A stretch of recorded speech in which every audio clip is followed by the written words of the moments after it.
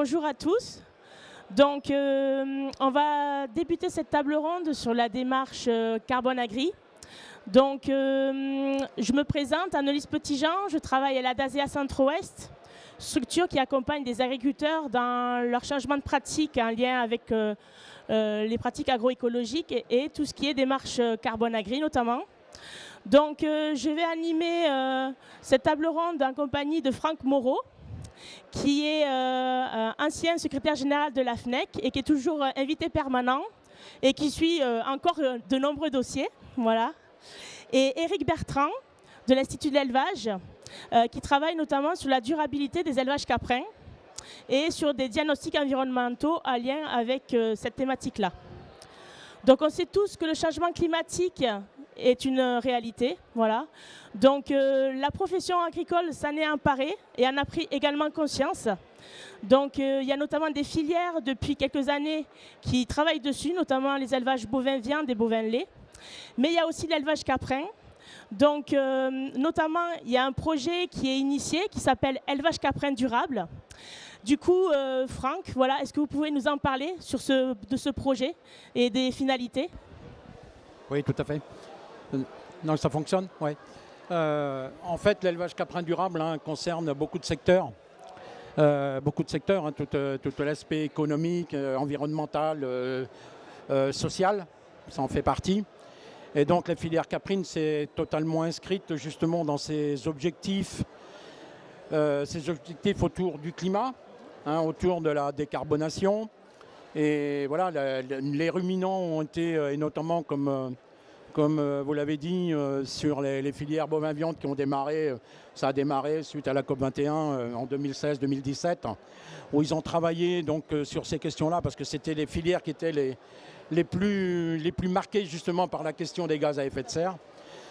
Et donc la filière caprine s'est inscrite dans ces objectifs. Ça fait partie de notre RSE également, que l'on construit avec l'interprofession. Et donc, la question du carbone est devenue centrale, avec une situation dans les élevages, avec une incidence du climat qui est forte, puisqu'on est les premiers impactés.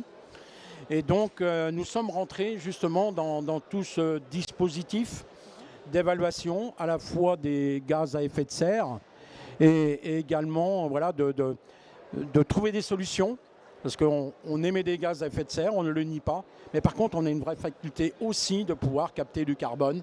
Voilà, on a construit tous ces éléments-là autour d'outils, mais qui seront évoqués autour d'un outil que l'Institut de l'élevage a mis en place. Voilà. Donc cet outil, il se nomme CAP2ER. Donc Éric, je vais vous laisser en parler, le présenter, ses modalités et son fonctionnement. Oui, alors bonjour. Élevage caprin durable, ça, comme l'a dit Franck, ça tourne autour de 3 piliers: économique, environnemental et social. Donc la partie environnementale est évaluée au travers de CAP2ER, donc l'outil qui a été mis en place toute filière de la part de l'Institut de l'élevage. Et on va essayer d'identifier au travers du programme Élevage caprin durable les leviers les plus mobilisés et l'objectif c'est vraiment de définir leur poids d'atténuation de gaz à effet de serre, mais également les gains potentiels d'un point de vue économique au sein des exploitations. L'objectif au travers de ce programme, c'est vraiment aussi de réaliser l'accompagnement vers la multiperformance des élevages caprins et d'évaluer leur durabilité dans le temps. Une des grosses avancées aussi de CAP2ER aujourd'hui, c'est que début 2024, nous allons intégrer le module fromagerie, de façon à pouvoir évaluer l'impact environnemental, toujours au travers de CAP2ER, mais également pour les producteurs fromagers et donc transformateurs. Voilà. Donc vraiment, l'objectif du programme, c'est d'acquérir de la donnée de façon à pouvoir, comme au travers des autres filières, imaginer ou en tout cas décrire des leviers qui vont permettre d'aller vers la multiperformance et en particulier vers des démarches bas carbone. Très bien. Merci. Donc, ces leviers techniques identifiés, donc c'est multi-performance. Ça identifie aussi bien la conduite du troupeau que la conduite des cultures, des prairies, etc. Et donc, au final, est-ce que vous pouvez un peu détailler, voilà, Cap de Zoër pour un agriculteur qui souhaiterait le faire, un éleveur notamment, comment ça peut se passer, un diagnostic tel quel, notamment pour ceux qui ne savent pas concrètement comment ça se passe en fait. Alors, un diagnostic Cap de Zoër, c'est regroupé, c'est une approche globale de l'exploitation. Hein. Ce n'est pas que l'atelier caprin ou que l'atelier d'élevage. C'est vraiment une approche globale où on va essayer d'identifier tous les paramètres de l'élevage hein, qui vont être émetteurs ou de gaz à effet de serre, mais également qui vont permettre de stocker du carbone. Tous les éléments intéressants en termes de biodiversité et qui sont à promouvoir au sein de l'élevage aussi. Hein. Donc c'est vraiment un diagnostic qui va aller sur les émissions, mais également sur la capacité de l'exploitation à stocker du carbone. Donc au travers des prairies, au travers des haies, de la présence de haies, la présence d'éventuellement aussi sur les aspects, les contributions positives comme la production énergétique, etc.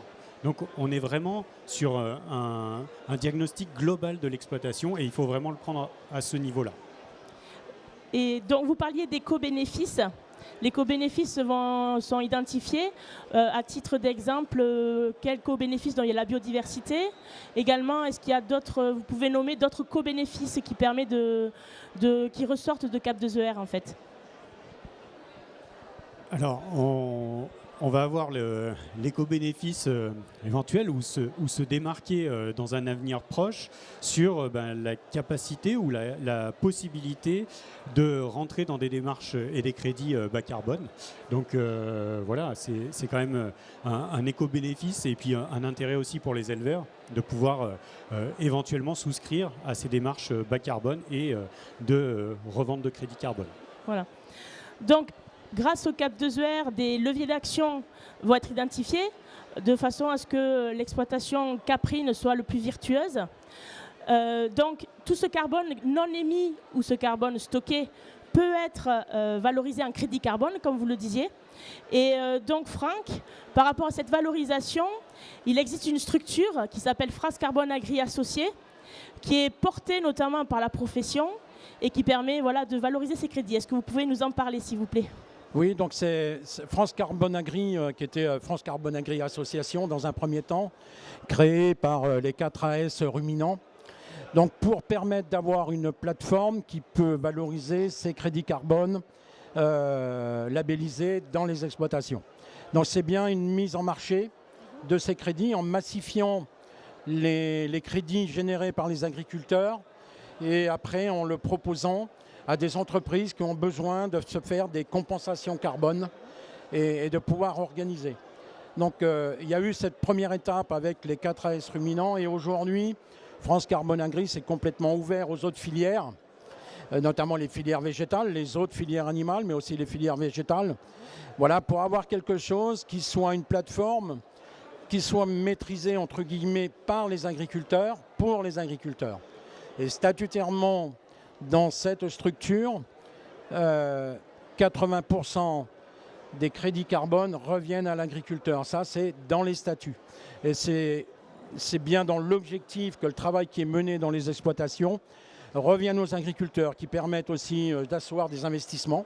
Voilà, parce que derrière, justement, tous les leviers d'action, on peut avoir des niveaux d'investissement et que ça puisse être pris en compte. Voilà, et l'agriculture et nos métiers, et d'éleveurs en particulier, a cet intérêt à la fois de diminuer nos gaz à effet de serre, mais aussi stocker le carbone et de pouvoir générer ces crédits carbone. Alors, en tant que tel, le crédit, c'est une opportunité. C'est pas quelque chose il n'y a rien d'obligatoire, bien sûr, mais il faut savoir se servir de cette opportunité, voilà, pour que tout le travail qui est fait et que l'agriculteur puisse en bénéficier. Donc, via cet engagement de ce projet, un élevage caprin durable, les éleveurs vont pouvoir améliorer leurs résultats technico-économiques, et également, par le biais de leur réduction de gaz à effet de serre et de stockage du carbone, valoriser leur crédit carbone via une rémunération. Voilà, donc les ventes de crédit, ça redescend à hauteur de 80%, vous disiez, voilà, à l'agriculteur. Donc ce n'est pas négligeable pour mettre en place des investissements sur les exploitations dans l'objectif, voilà, toujours de la multiperformance et de la virtuosité des exploitations caprines. Voilà, très bien. Merci beaucoup. De rien. Merci à vous. Merci beaucoup.